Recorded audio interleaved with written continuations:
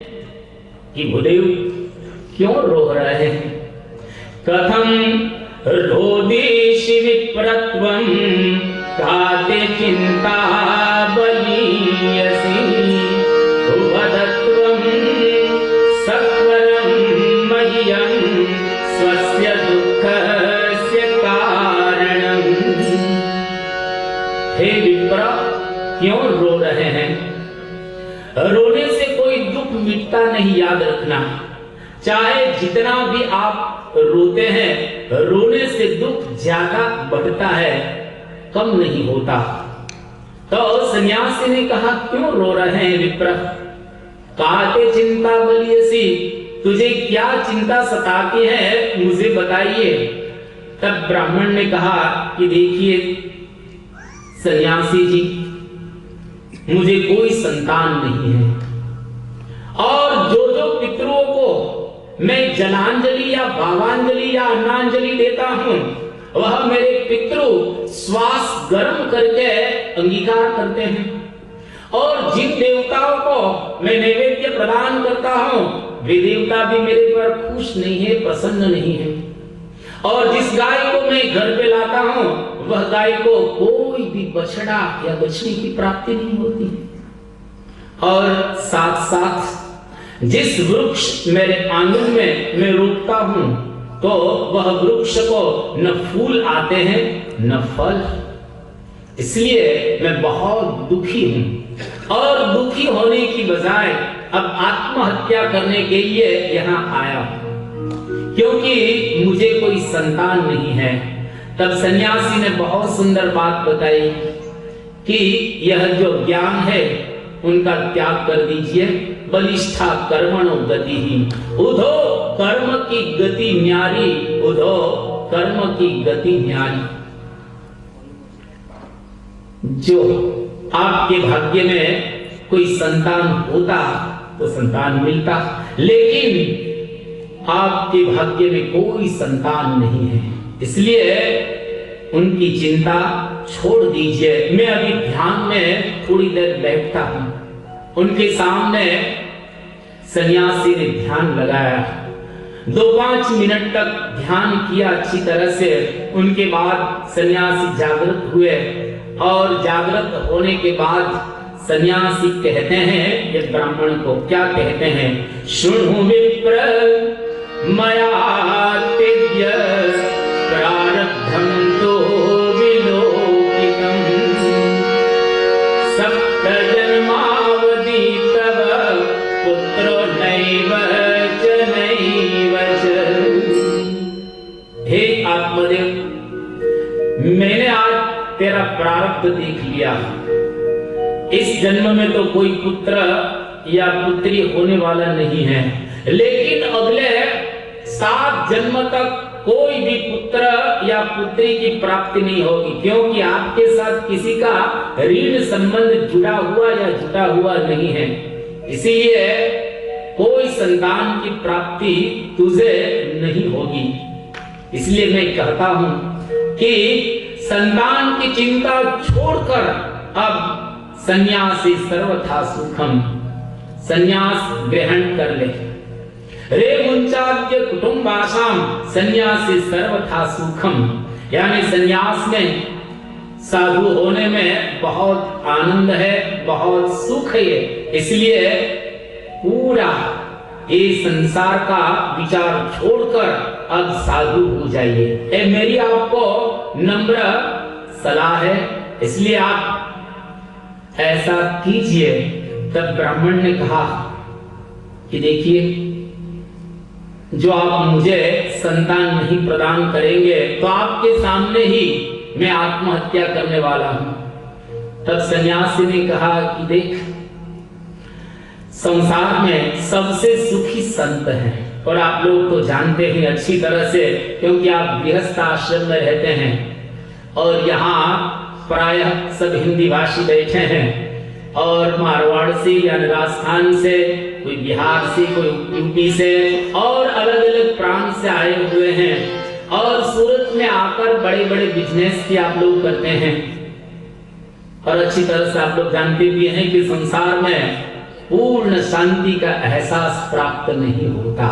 इसलिए जब जब आपके घर पे संत आते हैं उसी वक्त आप बोलते भी हैं कि स्वामी जी बहुत अच्छा बंगला भी है, धन संपत्ति बहुत है, बिजनेस भी बहुत अच्छा चलता है और संसार में प्रसिद्धि भी बहुत है, लेकिन भीतर की शांति नहीं है। कुछ आशीर्वाद ऐसा दीजिए ताकि जिनकी वजह से भीतर की शांति का एहसास प्राप्त हो, क्योंकि आप लोग सुखी हैं। जिन्होंने संसार का त्याग कर दिया वे लोग सुखी है, ऐसी बात आप लोग कहते हैं और मानते भी हैं। तो सन्यासी ने कहा कि सब चिंता छोड़कर साधु हो जाइए, सन्यासी बन जाइए। तब आत्मदेव ने कहा कि आप जानते हैं सन्यास में सुख है, लेकिन मैंने तो संतान में ही सुख है ऐसा माना है, इसलिए मुझे संतान दीजिए। यदि नहीं देंगे तो आपके सामने यहां मैं आत्महत्या करूंगा। तब सन्यासी ने कहा कि देखिए हमारी शास्त्र भी कहते हैं संत सुखी संसार में, उधो संत सुखी संसार में, राजा भी दुखिया, रंक भी दुखिया, धनपति दुखित विकार में, बिना विवेक देख सब दुखिया, जूठा तन अहंकार में, उधो संत सुखी संसार में। यानी संसार में संत ही सुखी हैं।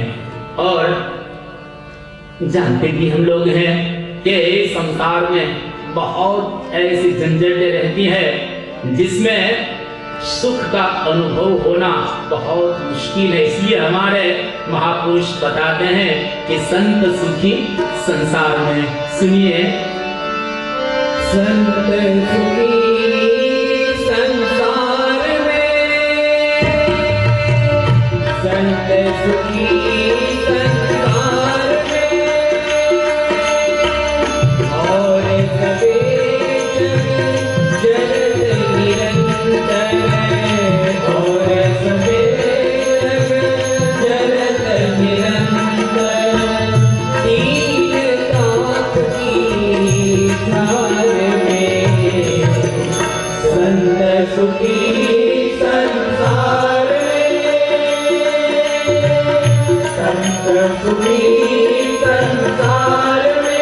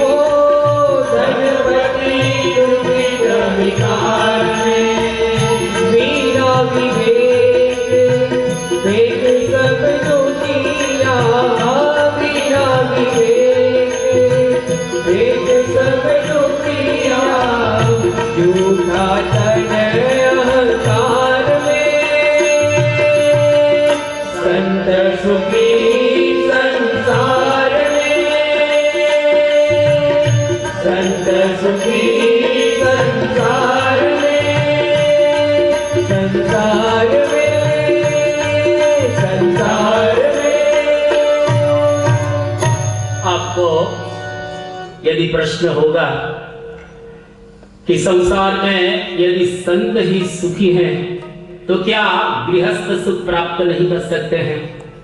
याद रखना, संत उसको कहते हैं जिन्होंने काशाय वस्त्र धारण किया हो और जिन्होंने गेरुआ वस्त्र धारण किया हो वे संत नहीं हैं। लेकिन जिसका हृदय धर्म, ज्ञान, वैराग्य और भक्ति से संपन्न हो वे ही संत है। काषाय वस्त्र धारण करने के लिए शायद आप लोग किसी के पास जाकर दीक्षा ग्रहण कर सकते हैं, लेकिन संतत्व प्राप्त करना वो बहुत मुश्किल है। एक दिन में वस्त्र पहन सकते हैं, लेकिन संतत्व प्राप्त करना वह एक साधना का विषय है। मीरा, नरसी, कबीर, दादू वे सब गृहस्थ थे, लेकिन उन्होंने संतत्व प्राप्त किया, जिनकी वजह से आज हम उनको याद करते हैं। इसीलिए संत कोई काषाय वस्त्रधारी नहीं है। हाँ, काषाय वस्त्रधारी भी हो सकते हैं, लेकिन संतत्व गुण से हम प्राप्त कर सकते हैं। इसीलिए सन्यासी ने कहा कि संत सुखी संसार में, यानी संत जिनके हृदय में धर्म, ज्ञान, वैराग्य और भक्ति सद्गुण प्राप्त किया है, वही सही रूप से संत है।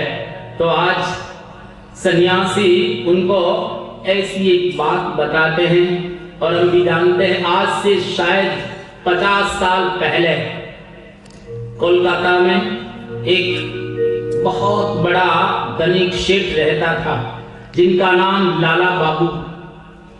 उस जमाने में 300 पीढ़ी का वह मालिक था। एक दिन ऐसा हुआ, हुगली नदी के सामने तट पर वह सैर करने के लिए, घूमने फिरने के लिए वह गए, और शाम ढल चुकी। उसी वक्त जो नौका चलाते थे वो नाविक ने, कर्णधार ने कहा कि अब अंतिम बारी आ जाइए, अब नौका इस तट पर वापस नहीं आने वाली है।